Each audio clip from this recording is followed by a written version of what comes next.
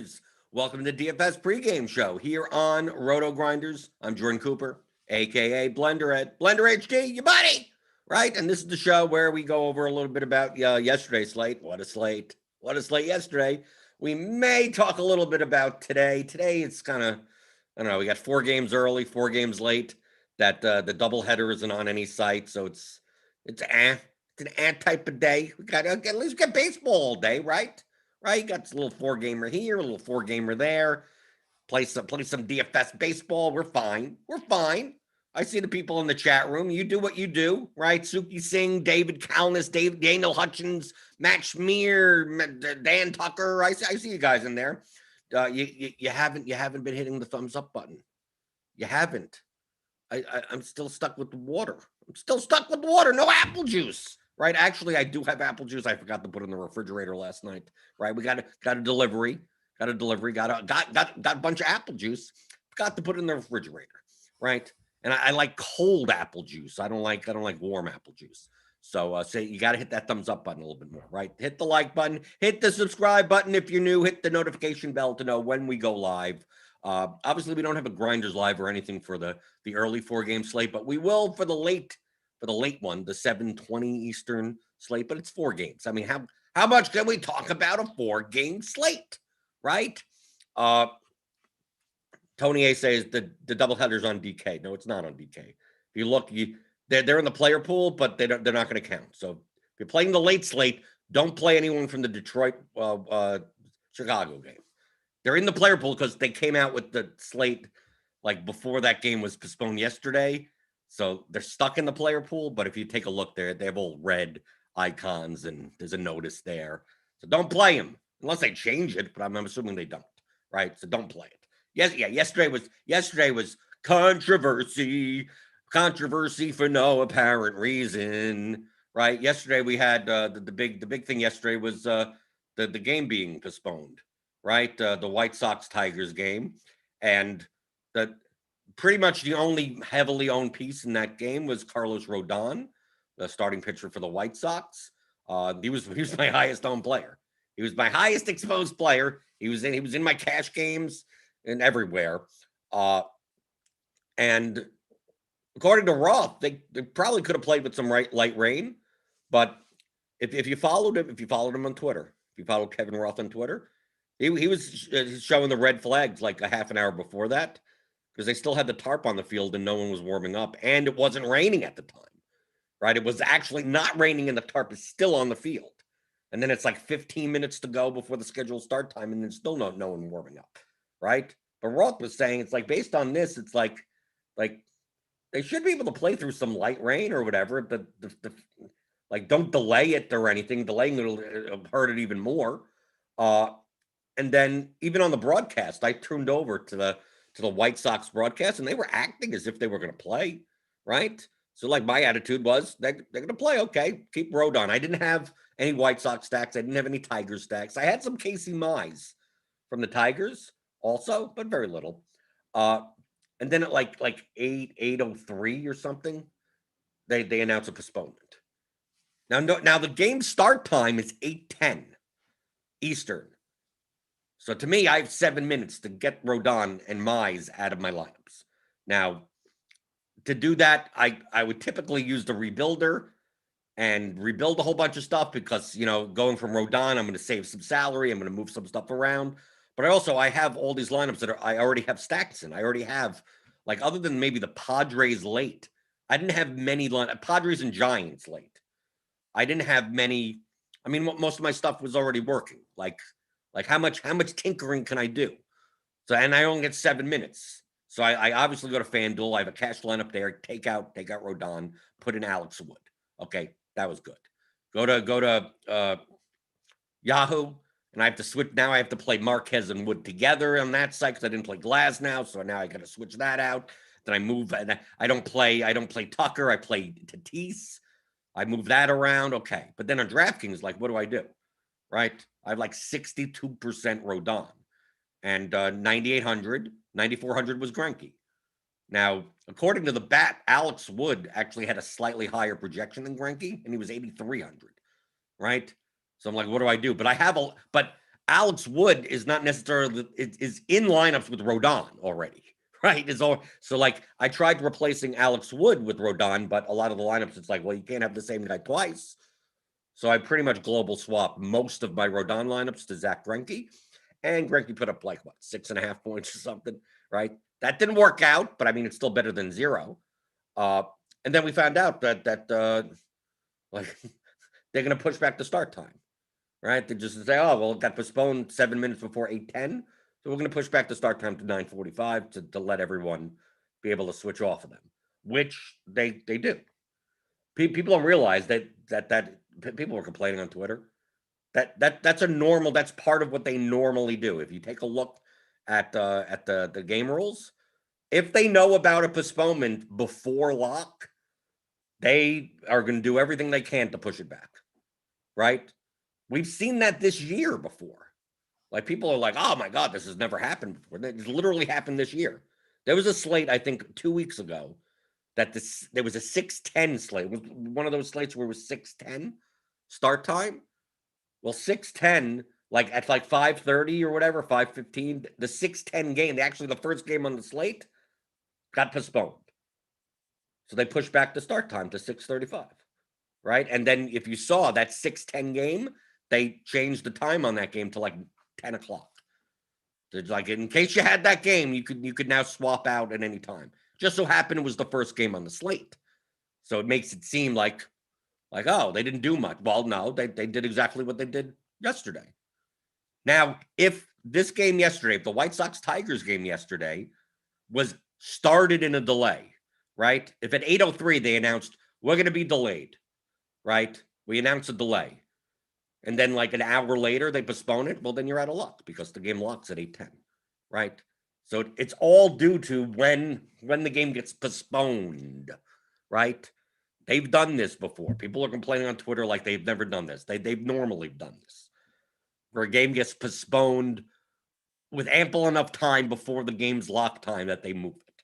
That they moved they send out a notification, they send out an email, they say get your stuff out of the lineups, and they help you out by moving the start time down, right? But you never know, right? I'm going under the assumption that 7 minutes is not enough time, right? I'm going under the assumption that I'm not gonna have that luxury, right? Even though it's in the back of my head, like they could push this back now, but I don't know. Is 7 minutes enough? So that's why I rushed through and got Greinke, and I mean 6 is better than 0, but not that much better than 0. So that was the big thing yesterday. And then obviously you had the Padres. They scratched. Well, Haniger on the Mariners got scratched before that game, but you had time to get him out of your lineups if you had Seattle stacks, which I didn't. And then San Diego, they changed Campusano. He's not in. This was before that game locked. Campusano scratched, and they're putting Caratini in. But Caratini is like 900 more than Campusano. So now all my Padres stacks are like, what the hell, right? So I end up having to switch out to Casali because that catcher that's the lowest price that I could do, right? The same thing for Casey Mize. Like I had some Justin Dunn because Casey Mize was 6,400, and there's no other pitcher that was cheaper than him that was still available to select than Justin Dunn. I didn't want to play him against the Astros, but still better than a 0. And then Will Myers, just the game starts and where's Will Myers? Where the hell is Will Myers? Well, he was scratched just after lock, after the game lock. And of course, he comes back in, he pinch hits in it, it's a double or something, or a single and an RBI or something like that, right? It almost felt like an NBA slate yesterday. That's what it was. That's what it felt like. I had to do some work. I had to do a lot of work yesterday for MLB slate. Sterling Barnes in chat says, Blender, I took down the hot corner 3 max. Congratulations. I late swapped to Wood, and I had Inoa. Okay, Braves, Yankees, 5-2 with Profar. Your first GPP. Way to go, Sterling Barnes. The hot corner 3 max. Let's take a look. Why not, since we're here? Hot corner 3 max. What is okay, let's take a look. Hot corner. Where's the hot corner? Well, this is obviously DraftKings because is that a 5-2? Do we have that? Do we have that in? Hot corner 3 max. Here you go. It's a $3 3 max. Braves, Yankees, 5-2. Yeah, here we go. The Perp 23, 2003. Alex Wood, Inoa. Then we got the Atlanta 5-man. We got Stanton, 13, Glaber, 12, and Profar with 17. Okay, there you go. The Atlanta was the key. Washington was decent also. And then getting enough points out of your pitchers. Right, so you get 55 points plus. Catcher didn't matter much yesterday. Zunino, I think, was the highest scoring catcher yesterday, but he wasn't all that owned. So I don't think it mattered. So there we go. $600. You turned what? You play 3 entries, $9 into 600. Way to go. Right. See, yesterday my thing was I played a lot of Glasnow, but not I wasn't over the field. I had less than 55%. I had less than 43% wood. Now some of these exposures are kind of weird because I had a lot of Rodons, and a lot of other people had a lot of Rodon. Like, we take a look at Greinke's ownership. Like, Greinke's ownership, he came in at 22%, 21%. But I'm assuming that, like, Ricky D, 100%. Like, I'm not sure if he started with 100%. I'm not sure if some of these guys started with that much. And I'm assuming the ones that have 0, Greinke, have a lot of, like, Glasnow. They were able to spend the money because, where else are you going? You have Rodon. Or what ends up happening if you had Rodon and he went down in pitcher is you most likely played a Padres stack. You moved your bats around to play more Tatis, play Grissom, who was a bit overpriced in the outfield. So the Rodon, that situation inflated Greinke and also Marquez. Greinke, Marquez, and Wood. All these 3 pitchers got bumped up in ownership, as well as the Padres, because to spend the money. Is there anything you could have done that to plan beforehand? No, of course not. But yesterday, my top stacks yesterday was Baltimore. Baltimore, Atlanta. What did I have? Baltimore, Philadelphia, Atlanta, and the Giants. Those were and San Diego. Okay, there's San Diego there. So Atlanta, San Diego, Washington, San Francisco, Philadelphia, Baltimore. I was low on the Yankees, low on the Blue Jays, low on the Astros. I played some Cubs. That didn't work out. You're like, well, why did I choose those teams? Right? People always ask, how do you make your lineups? How do you choose your teams? Right? They want to know the secret sauce. I don't hide the secret sauce. I subscribe to RotoGrinders, right? That's what I've been doing since I started. Click on the link in the description. Get $10 off your first month. Subscribe to RotoGrinders. You know what I do? I look at Slate IQ. I look at the bat projections. I see what stacks project well. Obviously, the Yankees projected well, right? Obviously, the Blue Jays projected well. The Astros, they projected well. But do they project well enough over their ownership?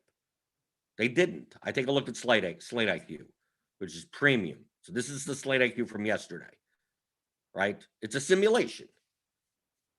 They simulate the 25 most similar slates to tonight based on slate size and player salary and positional comparisons, right? And then they sim it out. They simulate the slate for a large field GPP. What percentage of a time is the 4 or 5 hitter stack, right? The projected ownership and leverage for 4 or 5 hitter stack based on the results from the 25 most similar slates. Use this chart to visualize team ownership and expected leverage, right?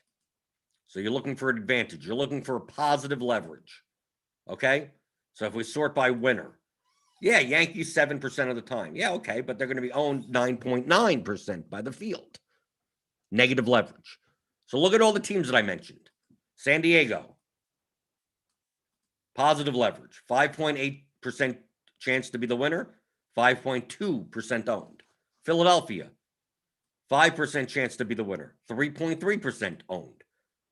49.3% leverage, right? A 1.6% difference, right?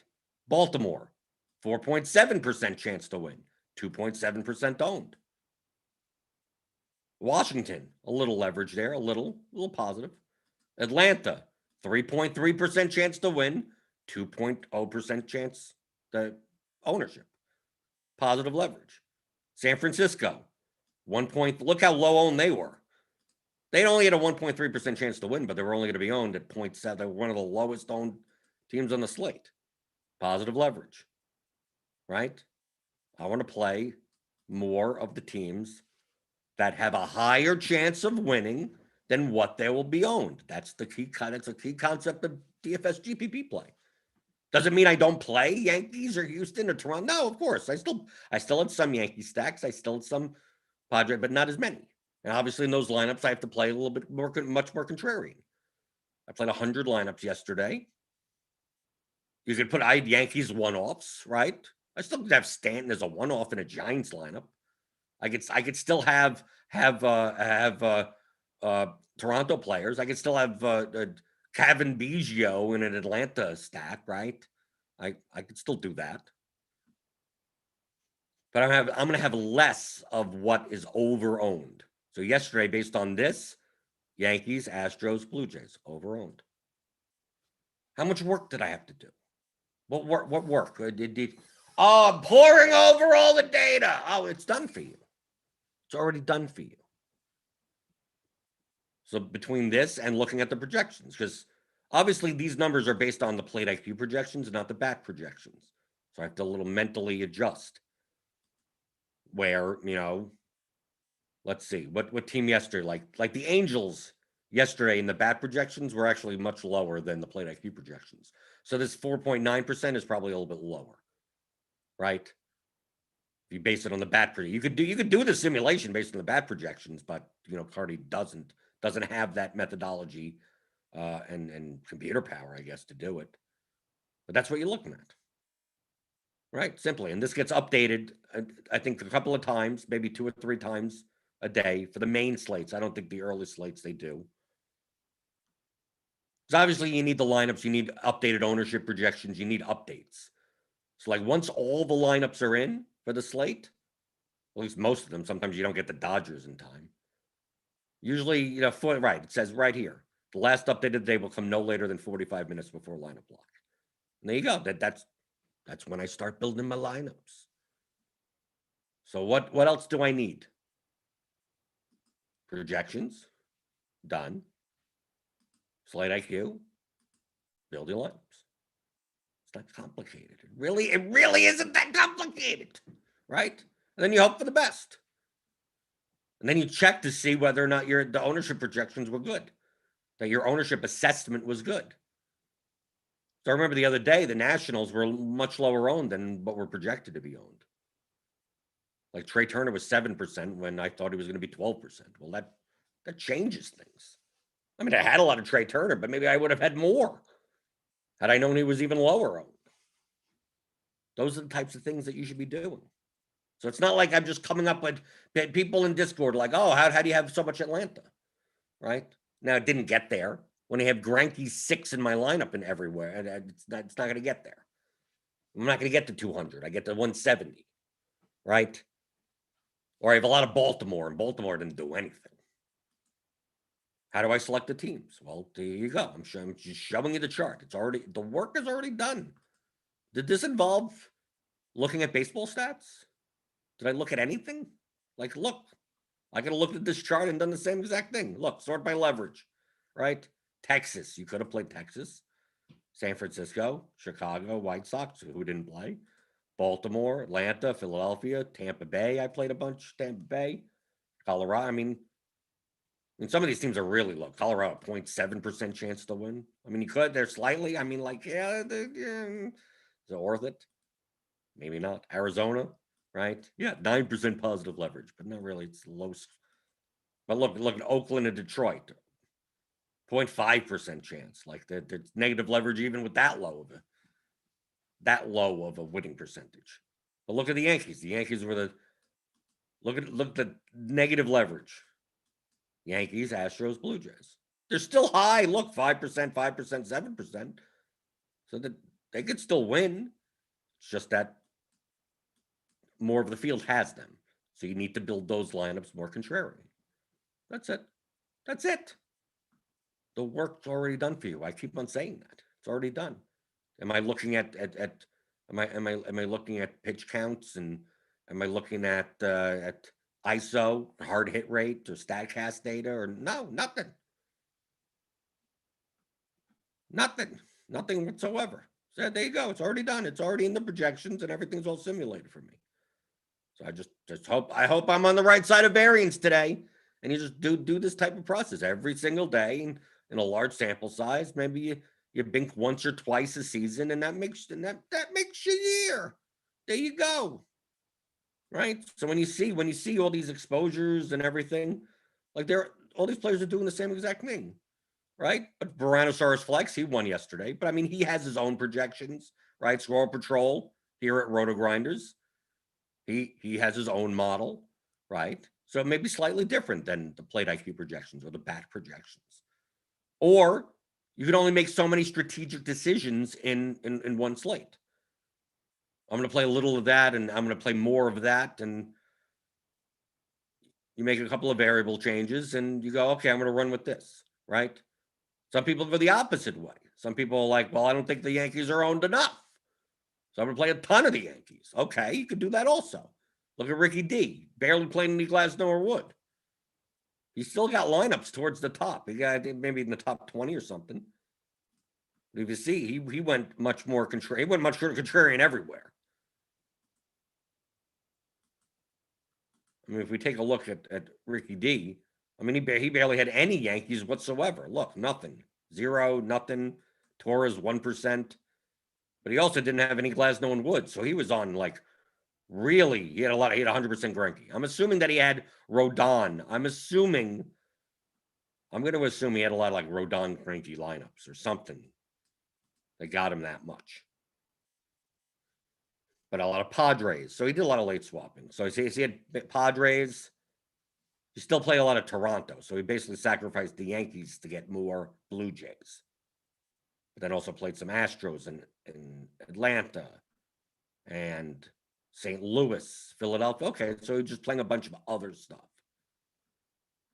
Way more contrarian, especially his pitcher combination. That's a direction you could have gone. Less of the field did that. So it's going to be higher variance. Obviously, Ricky D probably lost money yesterday by only having 4% Glasnow and 18% Wood. Probably lost money, even though he had a lineup come up decently high, right? 13th place, $300 when you have him playing 150 lineups. That ain't gonna cut it. But if his direction was right, he could have won a ton of money yesterday. So it's just gonna be higher variance. Not gonna be narrow. It's gonna be wider range of outcomes. Let's see. Go through the YouTube chat some more. Feel free to post your questions. Remember, it's your time. It's teaching time. I know I typically repeat myself every other day to some extent. But if you're new here, I don't mind helping. I don't mind helping whatsoever. Let's see. Michael Dompia says I was high on the Padres, the White Sox, and the Giants. Well, obviously the White Sox scored nothing. DZENT got your book. Good stuff, man. Thanks. Oh, thank you for buying. Theoryofdfs.com. 15-hour audio masterclass. It's not really a book. I'm not really reading. It's like going to a seminar. 15-hour seminar. Let's see. Jeremy Kingsbury with the lock play. That it's very programming wise. On lineup HQ, yeah. If you tried to rebuild yesterday after 8:10 on lineup HQ, there's no fun like this. Where I think the devs are looking into something. If DraftKings is going to do this often, because it's not like this type of stuff rarely happens. Like the lock times are part of the actual file that RotoGrinders gets every day when the new slates get made. So they get directly from DraftKings. So it's part of that file. It says 8:10 in the file. Now, when DraftKings moves it to 9:45 in the app on their screen, RotoGrinders doesn't get a new file. So it says 8-10 in the file regardless. So when you go into the rebuilder, obviously it's going to lock all those players, right? Because it's past 8-10 Eastern, right? So yeah, so if you were trying to rebuild yesterday on lineup HQ, like you pretty much couldn't do it that way unless you did it before 8-10. If you did it before 8-10, you could have, but that's more of a programming thing because the start times of these games, like they don't change, and they're part of they're part of a file, right? They're part of a whole mess of stuff, and then you start editing that, and who knows what blows up. I think the developers are talking about it or something. That's not my field of expertise. That was the reason yesterday. I think it happened on if you went to any optimizer. That pulls the data directly from DraftKings. Like it's already in the file. You don't get a new one. You didn't get a new one. The slate was already up. Michael Dompier asks, can you explain the first column, total ownership? That's just a addition of all the ownership in the lineup, right? Right. So you're just adding up 4 or 5 guys from the line, the total ownership. But that doesn't mean that like 100, you can't have 122% of people that have that lineup, because how many percentage of stacks are there in the contest? 9.9%. Right? Because one guy's 20%, one guy's 15%, one guy's 10%. Like you start adding them up, you get total ownership. But like Stanton as a one-off is not part of this 9.9%, because we're looking at just the stacks. So the total ownership is the sum of all the players on the Yankees, the sum of all the players on the Padres, the sum of all the players on the Astros. This is how many 4 or 5 man stacks are there in the contest. Because you could obviously play Jose Altuve as a one-off, right? He's part of that total ownership. If you play Altuve, Bregman, Tucker, that's a 3-man stack. Has a decent ownership for a 3-man stack, but it's not included in this 8%. It's not a 4 or 5-man stack. So the field is the ownership. How many 4 or 5-man stacks are in the contest? So the Yankees, 7% chance to win. There are 9.9% of entries having a Yankees 4 or 5-man stack. So ownership is just adding them up. So obviously you could have teams that have high ownership, total ownership, but really not as high stack ownership because there's some like chalk one-off guy, right? Sometimes you see that, right? Some 2K guy is just inflating the ownership of the entire team, but the actual stack is not that owned, right? One guy is 18% owned, and then everyone else on the team is 5% or less. So it's like, it looks like, oh, this is an owned stack. It's not really an owned stack. It's just that one guy because he's way under, but $2,200 leadoff hitter or something, right? That's decent. They mispriced someone. Let's see. And Slate IQ, yes. Slate IQ is in the premium, is a part of RotoGrinders Premium. So you can sign up, click the link in the description, get $10 off your first month. And Slate IQ is not available for FanDuel because this is all based on the data that we get from DraftKings for Results DB. Because we're basically, it's saying, what does this slate look like in comparison to all the other slates that have ever been on DraftKings, right? What is it comparable to? So we have a baseline to simulate from. Now, obviously, we get all that data from DraftKings. You can go back to in Results DB for years upon years, contest upon contest, slate up. Look how many slates. We get all the slates, all the everything. We don't get that from FanDuel.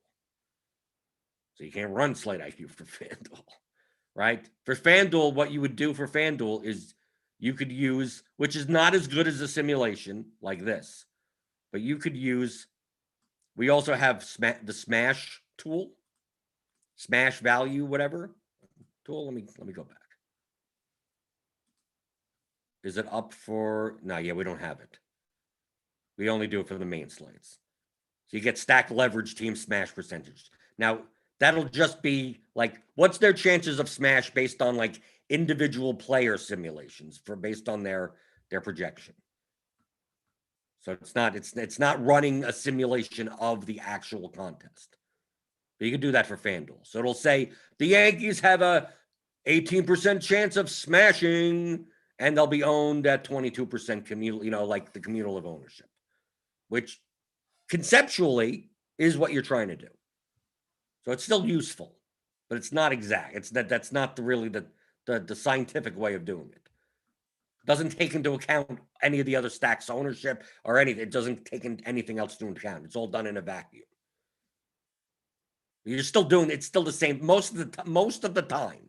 I can tell you most of the time, if you go to the stack leverage team smash percentage screen that we have under premium and see who's positive, whose smash percentage is higher than their ownership cumulatively. That and the leverage that you see in Slate IQ most likely will match up to some extent. That if it's positive in one, it's probably positive in the other. So for FanDuel, you could use that. It would be better to simulate to do a simulation like this, but we don't have the data from FanDuel because they don't have publicly downloadable CSVs. I don't know. It's 2021. They still don't do that. Steven Zarad, do you still do on one-on-one conversations if you buy the audiobook? Yes. If you buy the audiobook and you write a testimonial, right? You write some good words, right? And send it to me, Jordan at theoryofdfs.com. You get a half an hour coaching session. I send out an email every once in a while. If you bought the book, if you bought the audio course. So yes. So if you buy theoryofdfs.com, if you buy the 15-hour audio masterclass, and then you email me, 2 or 3 sentences. I don't use all the testimonials, but I have them in my database, whatever. It's a way to, it's marketing, right? You always like showing off what good things people say about you, right? Of course. So if you write a testimonial, schedule, you go on Skype or something for half an hour, I answer whatever the hell you want. I don't know what else I'm going to answer that I don't do on this show though. I know people. I've done those half an hour coaching calls I think I've done maybe 80 or 90 of them so far. There's nothing that you could ask. I don't know. I'm just like, do you watch this stuff? Yeah, okay. I'm not holding anything back. There's no secrets. If you want to go over your individual stuff, like your roto tracker, your what you're trying to do, what you're any type of very individualized question, sure, I guess. But it's not like I'm holding anything back. I'm showing you how I'm just literally telling you, showing you how I do this, right? I'm showing you how good players think about the game. It's not complicated.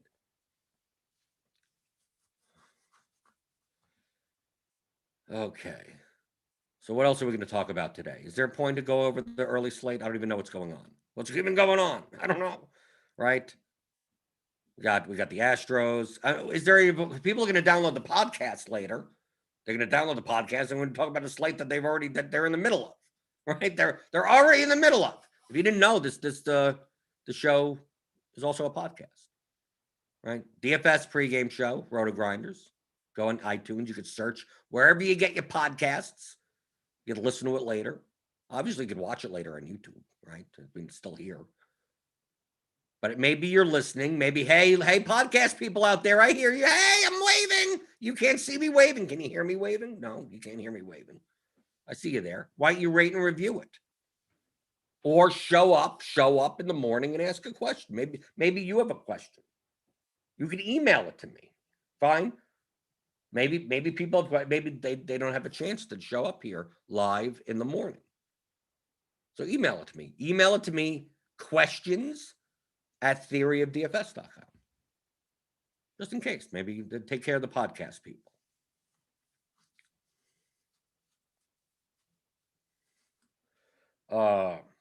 Alex is asking about showing the rebuilder. The rebuilder it's hard to show off without the slate being in progress. That's one of the bad things about it.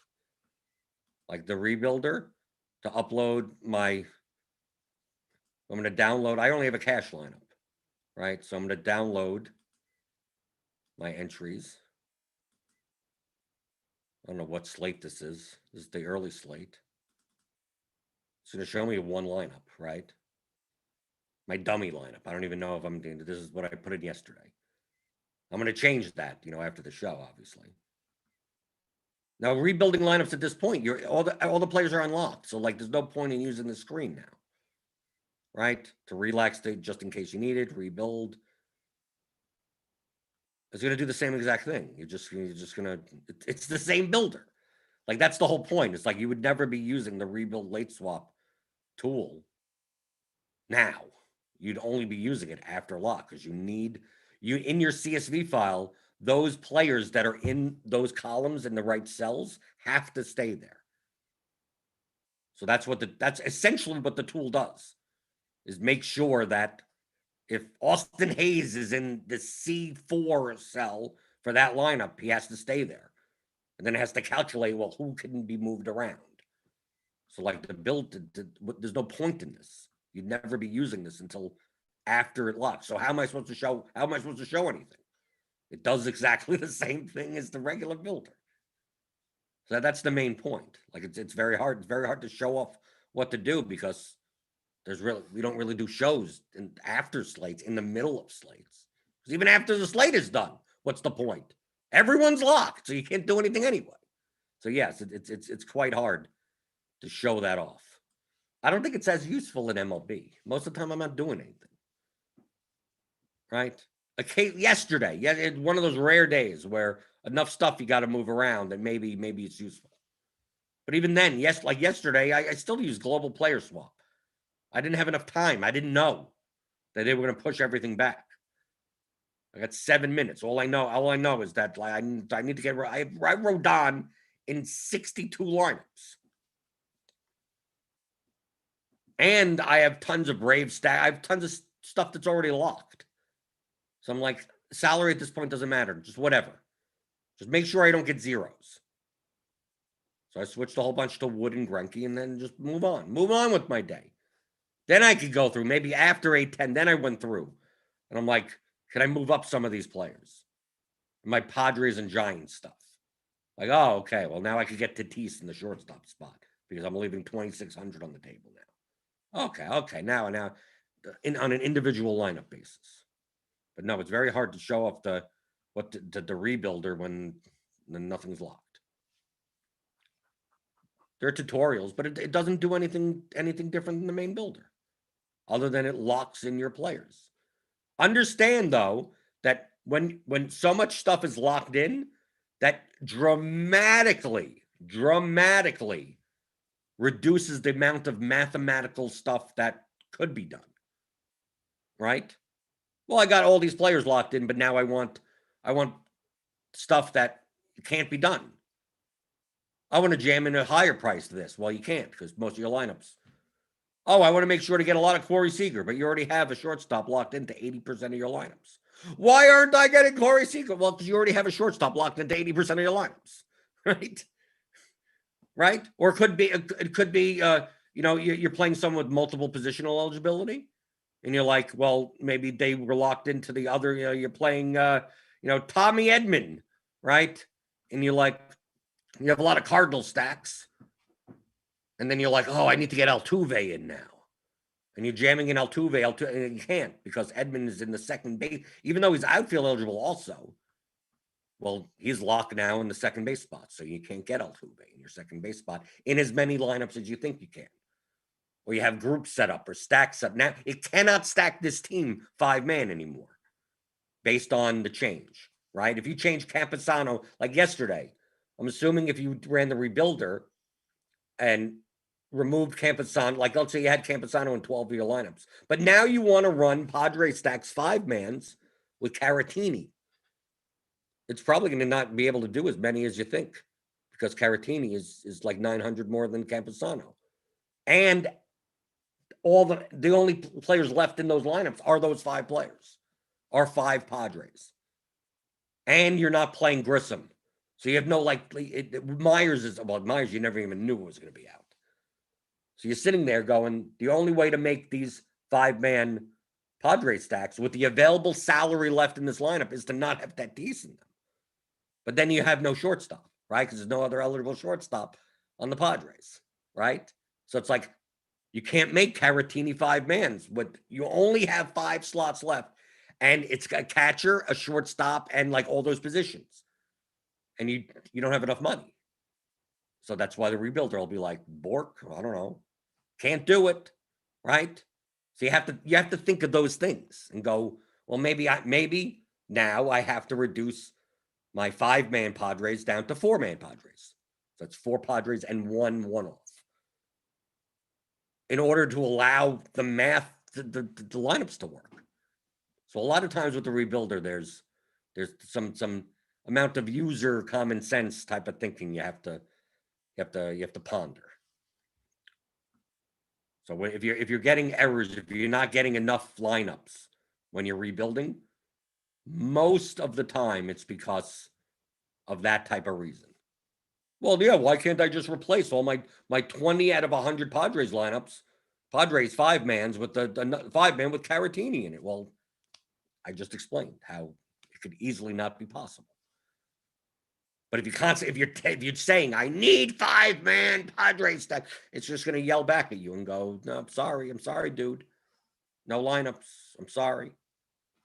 Then if you switch to 4-man, oh, now it works. Switch to 3-man, easy. Then just picks 2 one-offs. At that point, you'd rather do that than have a 0 in your lineup by having, I have a 5-man Padres stack with a 0 catcher. I mean, you could do it. But why? That's why switching it to Casale, that's why it was easy. Global swap. I had Padres stacks with Campusano in it. And instead of breaking them up, I couldn't break them up. Casale was the same exact price as Campusano. So just give me Casale. Okay, whatever. So now it's a 4-man stack with the Giants catcher. Done. That's always what I mean by the optimize. You tell it what to do. And when it's yelling back at you, it's because it's like, I can't do it. I don't know. You're telling me to try to do it. It mathematically can't happen. Can't be done. Eli posted a link to the rebuild late swap tutorial for FanDuel. This one for both or whatever. It's pretty much the same thing. So there you go with the link. You shouldn't have to use it that often for MLB. NBA, you can use it you're using it 7 times a night. In MLB, you shouldn't have to use it that often. Okay. It's gonna be a short show today. Because we got an early slate. I gotta build lineups for the early slate. I don't know. Am I gonna play GPP? I have no idea. I know I'll just play some cash lineups, right? FanDuel, Draftkings, something. Got to put together my lineups. Got to look to see what the hell is even going on, right? You don't have to do 8 hours of research for MLB. Got the projections. I don't got any slate IQ. I don't got any the other stuff, but I could make competitive lineups. But yeah, Eli has a link to all the tutorials for these tools in the YouTube chat. And if you want to sign up for RotoGrinders Premium, $10 off your first month. Click on the link in the description. You could get single sport if you just want to play MLB. So that's cheaper. Or get a combo. Get the combo. You get all the sports. There's still golf going on, right? MMA. We do MMA stuff, right? Obviously, basketball's still going on, unfortunately. Get that, right? All the sports. We get projections for everything, right? Tons of content. We have Roto Academy. We have like probably hundreds of hours of videos on DFS strategy, using tools, all that type of stuff. So feel free, sign up for a month, binge watch everything, and then cancel if you want. You could do that, right? There's nothing wrong with doing that. Steven Zarad, how do I post a testimonial? Just email it to me. Yes, just email it to me. Jordan, Jordan, at theoryofdfs.com. That's it. Then I send you an email saying, hey, here's some times that are available, whatever. But like I said, I don't know what I could tell you in a half an hour that I don't already say here or on the Theory of DFS podcast or in the course.